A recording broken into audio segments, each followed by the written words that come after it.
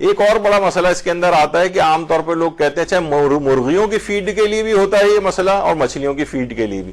لوگ کہتے ہیں بھائی مچھلیوں اور مرغیوں کی فیڈ میں عام طور پر نا نجس چیزیں ملائی جا رہی ہیں, مردار ملایا جا رہا ہے, بعض اوقات سور کا گوشت ملایا جا رہا ہوتا ہے, باہر بھی ہے اور یہاں پہ بھی اس طرح کی چیزیں لوگ کہتے ہیں. بہت سے لوگوں نے مرغیاں کھانا بند کر دی ہیں, کہتے نہیں اس کا مطلب ہے کہ مرغیاں پلی بڑی اسی نجس فیڈ پہ ہیں تو یہ ہمارے لیے کھانا بھی ناجائز ہو جائے گا. تو اصل فقہی حکم اس میں یہ ہے کہ مرغیوں کو ہم توزیع المسائل پہ عمل نہیں کرتی, مرغیاں ان کو جو مل رہا ہے وہ کھا رہی ہوتی ہیں. تو اگر وہ حرام فیڈ بھی اگر ان کی ہے تو اس مرغی کا یا مچھلی کا گوشت کھانا آپ کے لیے جائز ہے. لوگ کہیں گے اچھا اس کا مطلب حرام کے تو اثرات ہو جائیں گے, یہ ہو جائے گا وہ ہو جائے گا, وہ ایک الگ چیز ہوگی. بہرحال اصلاً آپ کے لیے جائز ہے اس کا کھانا.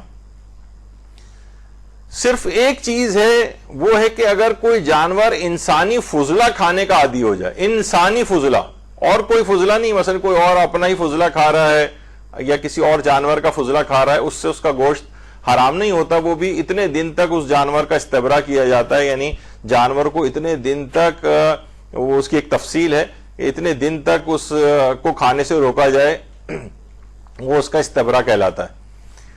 وہ صرف انسانی فضلہ کھانے سے اس کا گوشت حرام ہوتا ہے. لیکن یہ جو اور نجس فیڈز وغیرہ اگر کھا رہی ہیں مچھلیاں یا مرغیاں, تو اس سے ان کا گوشت حلال ہی رہتا ہے.